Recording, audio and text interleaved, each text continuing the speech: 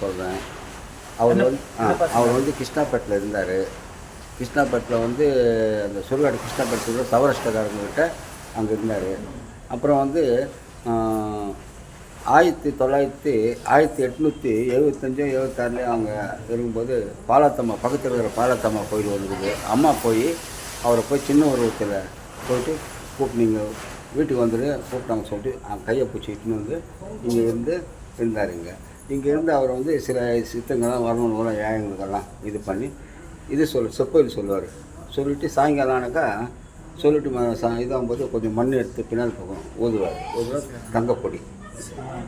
அது என்ன பண்ணுவார், ஒருத்தர் எழுப்பி இதை விற்றுட்டு பலகாரம் வாங்கிடுவான்னு சொல்லுவாராம். பலகாரம் வாங்கிட்டு பிறகு எல்லோரும் கொடுக்கும்போது எல்லோரும் கொடுப்பாங்க. கொடுத்துட்டு பிறகு அவங்க சாப்பிட்டு எல்லாம் போயிடுவாங்க. இது கொஞ்ச நேரம் அப்படி நடக்கும்போது இது வெளியே லீக் அவுட் ஆகி போச்சு தங்கம் செய்கிறாருன்னு. அப்போ இங்கே ரவுடிங்க அந்த காலத்தில் ரவுடிங்கெல்லாம் ஒரு 2 ரவுடிங்க தெரிஞ்சு போய் என்ன பண்ணாங்க, என்ன தான் பார்க்கலான்னு வந்து இவங்க உட்காந்து செப்பல் சொல்லும்போது அந்த கும்பல் அவங்களும் உட்காந்துக்கிறாங்க. அவர் என்ன தான் செய்கிறாரு பார்க்க. அதே மாதிரி எல்லாம் சொல்லிட்டு பிறகு சேர்ந்துக்கிறாரு மேலே போயிட்டு அம்மன். அப்புறம் எல்லோரும் பலகாரம்லாம் கொடுத்துட்டு எல்லாம் போயிட்டாங்க. இவங்க 2 பேர் போகுது எப்படி செய்யுத சொல்லு அப்படின்னு கேட்டாங்க. அவங்க இது பண்ணுது பட அம்மாவோட இது நான் மந்திரக்காரனா அதெல்லாம் இந்த போங்கடானோட ஒல்லி ஆகணும் சொல்லி தான் ஆகணும் எப்படின்னு. அவர் எவ்வளோ சொன்ன கூட கத்தி எடுத்து அறுத்துட்டாங்க. அதுதான் கத்தி எடுத்து அறுத்துட்டு அவர் பையெல்லாம் தேடும்போது பையில் ஒன்றும் இல்லை போட்டாங்க 2 பேர். அப்புறம் என்ன பண்ணாங்க, நீந்து துணியெல்லாம் கட்டணும் உட்காந்து என்ன போடணும் தெரியல. போயிட்டு திருப்பி அவங்க சிசனுங்கெல்லாம் வந்துடுறாங்க. ரத்தம்லாம் வந்துக்கிறான் சொட்டுக்குது வந்து என்ன சமையல்னாக்கா இல்லை 2 படம் இந்த மாதிரி பண்ணிட்டு போயிட்டாங்க கொடுங்க. வெளியே வந்து சாமியாரை கை காத்துறாங்கன்னா அவங்க லீக் அவுட் பண்ணிடுறாங்க. அப்போது கொடுங்கூர் போலீஸாக இவங்க யாரோ கன்சல்ட் பண்ணிக்கிறாங்க. போலீஸ் வந்துட்டு அவரை கேட்டுக்கிறாங்க என்ன சாமினாக்கா இல்லை 2 பேர் இந்த மாதிரி பண்ணாங்க நீங்கள் தேடாதீங்க.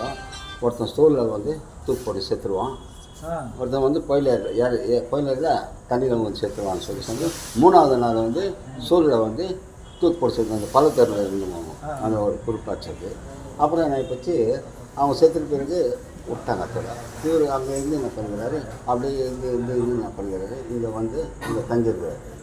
தங்கும்போது கொஞ்ச நாளைக்கு என்னென்னமோ சித்தெல்லாம் காட்டு கொஞ்ச நாளுக்கு அவர் சமாஜம் அடைக்கிற இது வரட்ட நேரம் வரும்போது சிஷியன்கிட்ட சொன்னாராம், உடையவர் ராமானுஜரோட இருக்க சிலை செய்தி எடுத்துனவங்க அவங்க செய்தி எடுத்துன்னு வந்துக்கிறாங்க. அதுக்கு என்ன பண்ணாரு 30 நாள் இவர் பூஜை போட்டாராம் ராமானுஜர் அவருக்கு. இந்த சிலைக்கு 30 நாள் பூஜை போட்டு அதுக்கு பவரெல்லாம் கொடுத்து அந்த சிலைக்கு ஒரு தடிவெல்லாம் கொடுத்துட்டு அவர் சொன்னாராம், தசமி கார்த்திகை தசமி நான் உட்காரும்போது என் சிஸ்டம் மேலே அவரை ஸ்தாபனம் பண்ணி நீங்கள் பூஜை பண்ணுங்க அப்படின்னு சொல்லிட்டு. ஆனால் பொதுவாக அவங்களுடைய சிலை தானே வைக்க ஆசைப்படுவாங்க. ஐயா மட்டும் எப்படி ராமானுஜர் சிலை? அவர் பக்தர், ராமானுஜர் பக்தர். அதனால தான் இப்போ நான் இது பண்ணிக்கிறேன். எல்லாரும் வந்து அவங்க சிலை வைக்க ஆசைப்படுவாங்க. ஐயா மட்டும் ராமானுஜர் சிலையை காட்டக்கூடாது, ராமானுஜர் பக்தர். அவங்க ராமானுஜர் வேசார்படி சாமியார் தோட்டம், வேசார்படி 1ஆவது தெருவுன்னு போடுங்க. 1ஆவது தெருவு வேசார்படி 1ஆவது தெருவு சாமியார் தோட்டம், கற்பாட்சி பெருரா சாமிகள் மடம். அது உள்ளே வந்து ராமானுஜர் திசுரு ஜீவ சமாதி.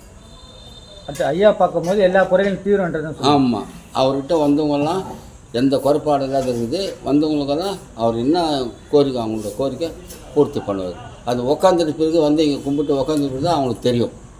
நாங்கள் என்ன சொன்னாலும் அது இல்லை. அப்புறம் அவங்க அனுபவத்தில் தெரிஞ்சுக்குவாங்க.